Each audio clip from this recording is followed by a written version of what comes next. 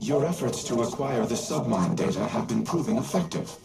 My reconstruction continues apace. This is not the first time the Hive have sought to steal my weaponry.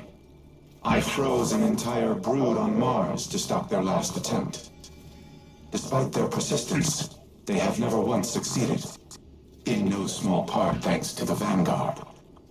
This time will prove no different. My diagnostics indicate that we nearly have enough data to complete the repair cycle.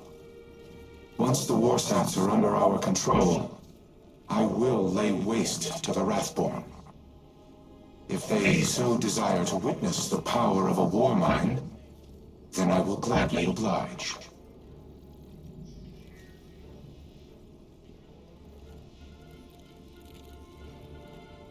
Guardian, Xivu Arath's cryptoliths are back. We're in for another fight to dig out more submined data.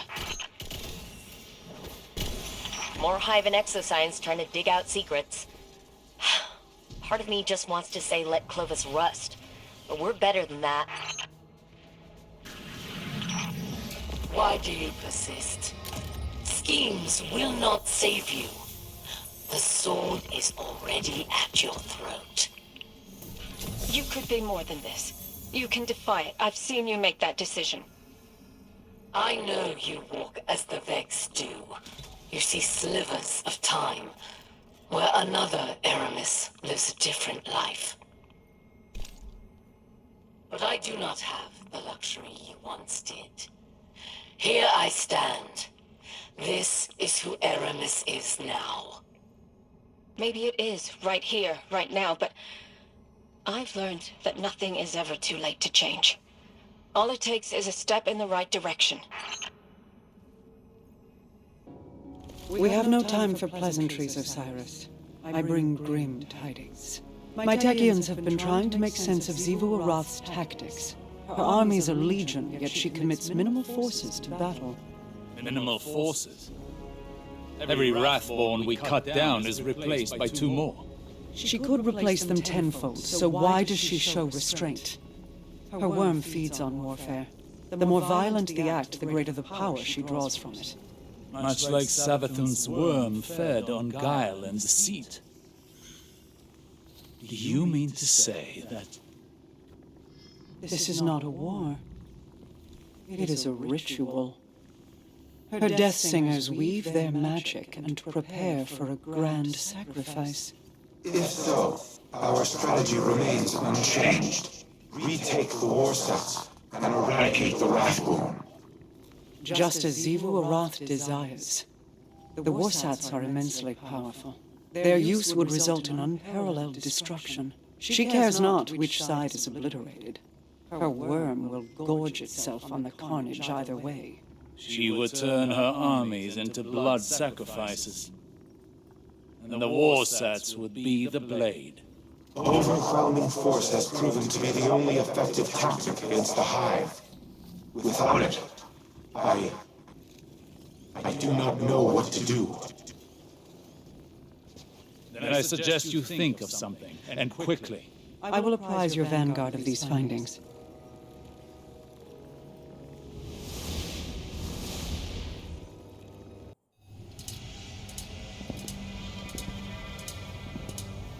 The Warsats are a means to an end. Xivu Arath will bask in the destruction they bring, and open the ascendant plane above Earth, as she did on Tora Bottle. It does not matter who pulls the trigger. We must cease our efforts to restore the war mind. No.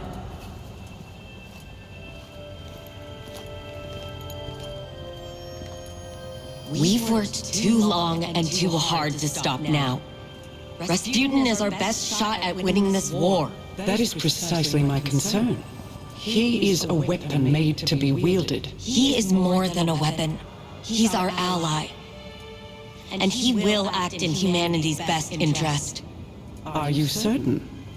He has kept secrets in the past, acted without counsel or consensus. So have you. Rasputin's made mistakes, but he's learned from them.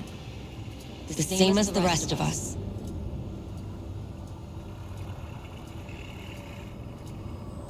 Then I propose we aim not for total victory, but a stalemate.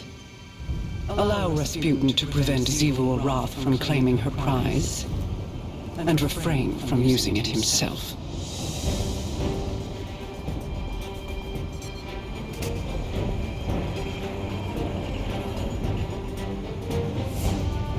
It's settled then. We hold the line.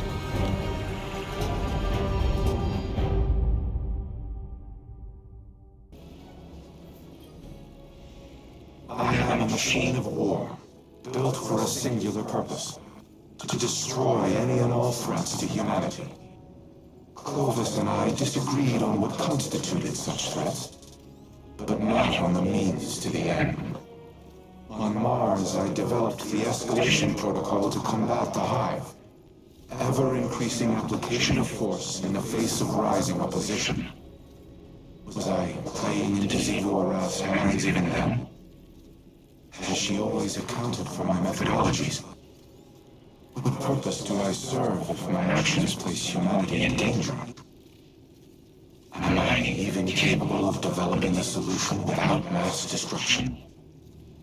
This is a calculation I have never had to make. It will take time to run the necessary combat simulations. Follow the directions of the Vanguard in the interim. I will contact you if and when I have determined our next objective.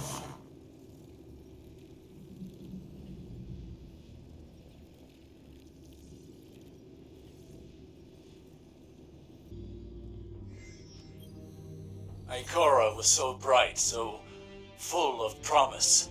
How she glowed. Like the light filled her. But it was her eyes that convinced me to take her as my apprentice. What did you see in them? Hunger. She was desperate to prove herself back then. I knew the feeling well. And you know it again now. When Ikora looks in my eyes, what do you think she sees? Everything that she always has. She pities me, Mara. As you and I have pitied others. Those who hang on our every word. Your cultists, my people.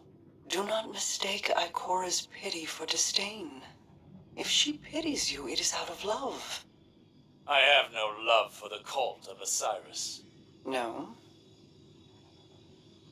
Ask me what I see when I look into your eyes, Osiris.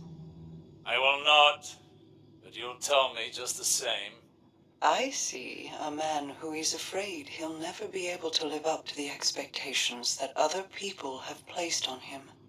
A man so afraid to hurt or be hurt that he's spent his very long, very accomplished life holding those same people at arm's length. This burden, this inheritance of guilt, it is Ikora's too. I never wanted this for her. As your mentors never wanted it for you.